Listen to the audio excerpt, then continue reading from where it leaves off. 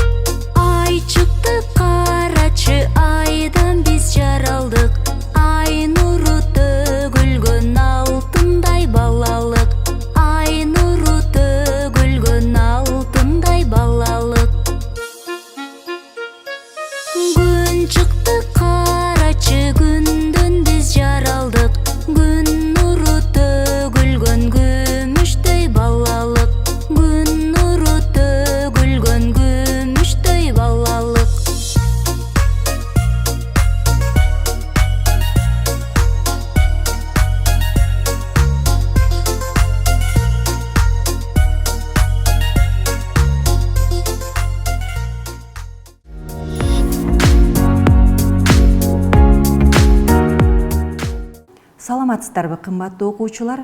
Мугалими күндөй тийсе чачырап, окуучусу гүл сыяктуу ачылат демекчи. Бүгүнкү турмуш өзү сабак болуп, мугалимдер силерге күн сыяктуу аралыктан жарык чачып турган кез. Күн бардык нерсеге бирдей эле нурун чачса, гүлдөр гана аны көздөй башын буруп, жарыкка умтулуп өсүшөт тура. А силер болсо, мугалимдин сабагына көңүл буруп, түзүлгөн бардык шарттарды колдонуу менен өз алдыңарча билимге умтулгула.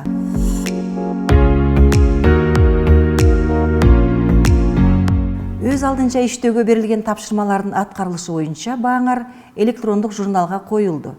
Бааларда өсүштөр бар, азаматсыңар, суроолор бар болсо дароо айтып же жазып тургула.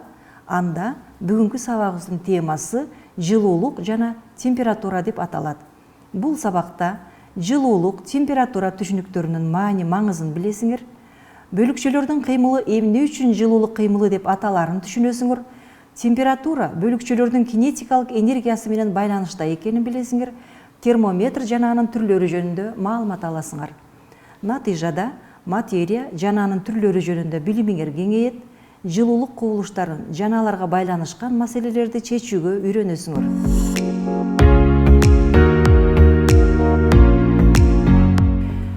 Жаңы теманы түшүнүү үчүн мурдагы теманын негизги учурларын эске салабыз. Броун сууда эрибес майда көкүмдөрдү сууга салганда, алардын баш аламан кыймылга келгенин байкаган. Бул кыймыл көкүмдөрдүн суунун молекулалары менен кагылышуусунун натыйжасы. Демек, суунун молекулалары баш аламан кыймылда деп жыйынтык чыгарган. Броундун урматына момундай көкүмдөр броун бөлүкчөлөрү деп, алардын кыймылы броун кыймылы деп аталган. Суудагы кыпындардын кыймылы дайыма эле броун кыймылына мисал боло бербейт. Мисалы, ачык көлмөдөн, эски кудуктан алынган сууну микроскоп менен карап, курттардын сүзүп жүргөнүн көрүүгө болот. Суунун молекулаларынын гана таасириндеги кыймыл броун кыймылы деп аталат. Бөлүкчөлөрдүн баш аламан кыймылынын натыйжасында тийишип же чектешип турган заттардын бири-бири менен аралашып кетиши диффузия деп аталат. Диффузия жайылуу, таралуу дегенди түшүндүрөт. Биринчи сүрөттө эки башка зат, кургак чай менен кайнак суу бири-бирине тийишип, чектешип турат. Экинчисинде бөлүкчөлөрдүн баш аламан кыймылынын натыйжасында заттардын чеги бузулуп, молекулалары биринен экинчисине өтө баштаган. Үчүнчү сүрөттө заттар толук аралашкан. Диффузия кубулушу суюктуктардын эле эмес, катуу, суюк, газ абалдагы бардык заттардын атом молекулалары баш аламан кыймылда болорун далилдеген. Бирок диффузия кубулушу заттын ар кандай абалдарында ар кандай жүрөт. Газдарда бат жүрөт, мисалы буулар, түтүндөр абага тез тарайт. Суюктуктарда газдарга караганда жай жүрөт. Мисалы, антисептик аралашмасы 3 суткада даяр болсо, суюк самынды, боелгон сууну жана өсүмдүк майын идишке чогуу куйсак, алар узак убакытка чейин аралашпайт, чектешип тура беришет. Катуу заттарда диффузия өтө жай жүрөт, дээрлик байкалбайт. Мисалы, беттери тыгыз тийишкен алтын жана кургушун плиталарынын атомдору 5 жылда 1 миллиметрге гана бири-бирине өткөн. Бул бардык заттардын бөлүкчөлөрүнүн ылдамдыгы жана ички түзүлүштөрү ар түрдүү экендигин далилдейт. Катуу заттардын бөлүкчөлөрү иреттүү жана жакын жайгашып, өз орундарында гана жайыраак термелишет. Ошондуктан катуу зат туруктуу формага ээ. Суюктуктардын молекулалары катуу затка салыштырмалуу бир аз алысыраак аралыктарда иретсиз жайгашкан. Алар өз орундарында термелишип, кайра түрдүү багытка секирик жасап турушат. Ошондуктан суюктук идиштин көлөмүн ээлейт жана агат. Газдардын молекулалары суюктуктардыкына караганда да өтө сейрек жайгашып, чоңураак ылдамдык менен учуп кыймылдашат. Бул газдардын кысылуучулугун жана жайылып, тарап кетүүгө жөндөмдүүлүгүн шарттайт. Эки башка абалдагы заттардын ортосундагы диффузия жөнүндө айта турган болсок, мисалы, катуу заттын суюлуусу же буулануусу, суюктуктун буулануусу аркылуу жүрөт. Мисалы, боектордун сууда суюлушу, жашылча жемиштерди сактоодо туздун, канттын сууда эриши катуу зат менен суюктуктун диффузиясына мисал болот. Ал эми атырдын капкагын ачканда жыты айланага тарашы, чачыратсак андан да тез жайылышы суюктук менен газдын диффузиясы болуп эсептелет. Себеби суюктук тамчылары бат бууланат. Вирустардын суюктук тамчылары аркылуу тез жайылышы да буга мисал болуп эсептелет. Гигиеналык эрежелерди да сактоону унутпашыбыз керек. Нафталиндин, чесноктун, самындын жана башкалардын жыттанышы катуу заттын буулануусуна, башкача айтканда катуу зат менен газдын ортосундагы диффузияга мисал болот. Демек, диффузиянын жүрүшүндө бөлүкчөлөрдүн ылдамдыгы өзгөрүшү мүмкүн. Заттарды жакшы аралаштыруу үчүн жылытуу, ысытуу, кайнатуу зарылдыгын адамдар, анын ичинде кыргыз эли эзелден эле билип келишкен. Мисалы, металлдарды ширеткич аспаптар аркылуу камдашкан. Ошондой эле металлдарды ысытып, согуу менен түрдүү буюмдарды ийип жасашкан.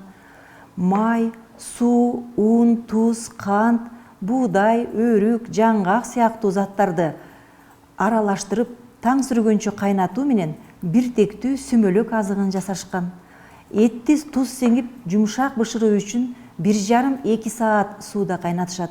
Чайды кайнак сууга демдешет. Арчанын жыты жакшы чыгыш үчүн кызыл чокко салышат. Эми жылуулук, ысытуу менен бөлүкчөлөрдүн ылдамдыгынын ортосунда кандай байланыш бар деген суроо туулат. Бул суроолорго жооп бериш үчүн суунун 3 абалын карап көрөлү.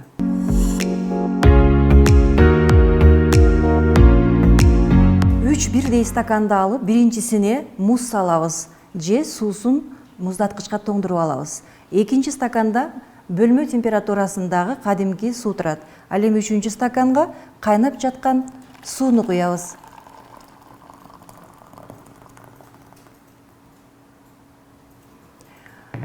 Андан кийин 3 стаканга бирдей боек куябыз. Биринчи муздун үстүнө боек куябыз. Андан кийин бөлмө температурасындагы сууга куюп атабыз. Эми кайнап жаткан сууга куябыз. Төмөндөгүдөй көрүнүштү байкап атабыз. Муз менен боек аралашкан жок дээрлик. Кадимки сууда боек акырындык менен аралаша баштайт. Ал эми кайнак сууда боек моминтип бат эле аралашып кетти. Мунун себебин кайра эле заттардын ички түзүлүшү, суунун 3 абалындагы молекулалардын кыймылы менен түшүндүрөбүз. Муздун молекулалары ордунда гана термелип, дээрлик тынч абалда болушат. Суунун молекулаларынын ылдамдыгы муздагыдан бир кыйла чоң. Ал эми бууланып кайнап жаткан суунун молекулаларынын ылдамдыгы, буунун молекулаларынын ылдамдыгы өтө чоң. Демек, заттын катуу, суюк жана газ абалдарынын бири-бирине өтүшү, заттын жылуулугу, муздак, мээлүү жана ысык болушу, заттын молекулаларынын баш аламан кыймылынын ылдамдыгына, тагыраак айтканда, молекулалардын орточо ылдамдыгына байланыштуу. Ошондуктан бөлүкчөлөрдүн баш аламан кыймылын жылуулук кыймылы деп аташат.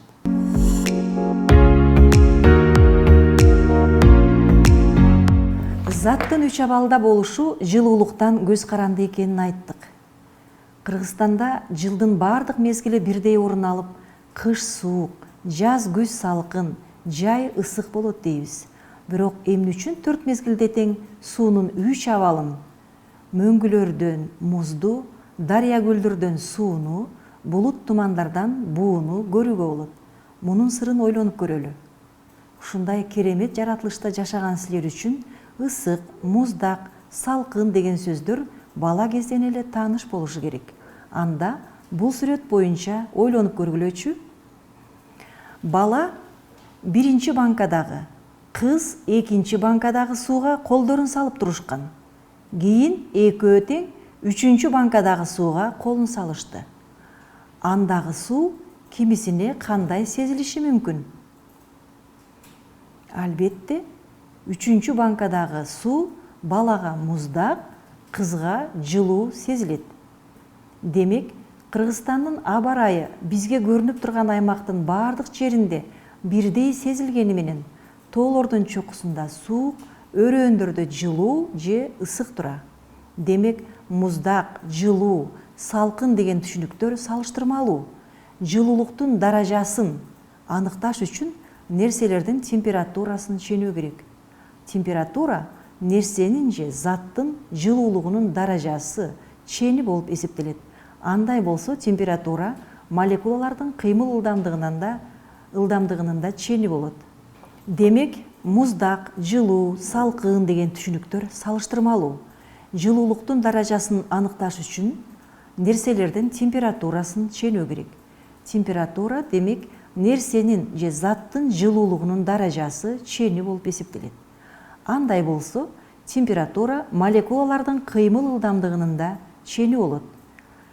7-чи класстан силерге белгилүү болгон E = mv² бөлүнгөн 2 формуласы боюнча нерсенин же бөлүкчөнүн кинетикалык энергиясы алардын ылдамдыгына түз пропорциялуу. Затта бөлүкчөлөр өтө көп болгондуктан алардын орточо кинетикалык энергиясы жөнүндө сөз кылуу туура.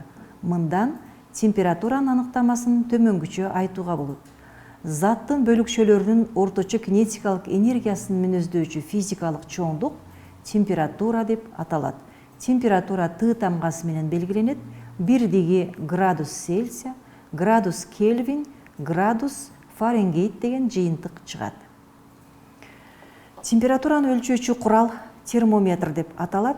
Термометрлердин түрлөрү көп.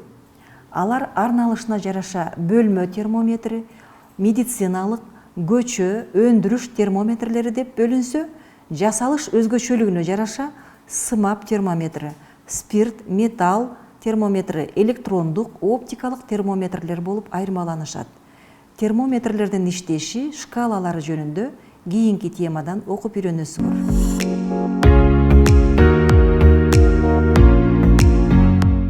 Алган билимиңерди бекемдөө, колдонуу үчүн төмөнкү тапшырмаларды аткаргыла. Окуу китебинин 7 параграфты окуп, текшерүүчү суроолоруна жооп бергиле.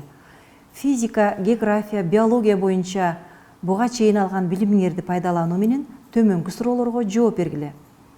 Жаратылышта эмне үчүн мөңгүлөр эң бийикте, тоонун чокларында жайгашат?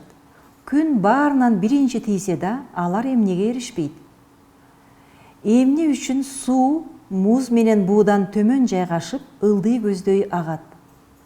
Булут менен тумандын айырмасы эмнеде? Алар эмнеге көбүнчө тоолордун чокларында, мөңгүлөрдүн айланасында жүрүшөт? Суроолорго жооп берүүдө төмөнкү ыкмалардын бирин тандап колдонгула. Биринчи деңгээл окуу китебиңерди окуп жана мугалимдин айтып бергенин талдоо менен жооп бергиле. Экинчи деңгээл окуу китебин окуп, мугалимдин айтып бергенин талдоодон тышкары кошумча китептерди, башка булактарды өз алдыңарча окуп жооп бергиле. Үчүнчү деңгээл жогорудагыларга кошумча өз алдыңарча изилдөөлөрдү, өлчөп ченөөлөрдү жүргүзүп, жыйынтык чыгаруу менен жооп бергиле. Бүгүнкү сабагыбыз соңуна чыкты. Окууңарга ийгилик, кең келечек каалайм. Саламатта болгула балдар. Урматтуу кесиптештер, ушуну менен физика сабагын аралыктан окутууда видео сабак даярдап өткөрүү боюнча сабагыбыз соңуна чыкты. Сабакты өткөн мен Кыргыз Билим берүү Академиясынын физика боюнча жетектөөчү илимий кызматкери Мурза Ибраимова Бибисара Бекмаматовна болдум. Ой пикирлериңиздерди жазып жибериңиздер. Амандыкта, ден соолукта болуңуздар. Көңүл бурганыңыздарга чоң рахмат.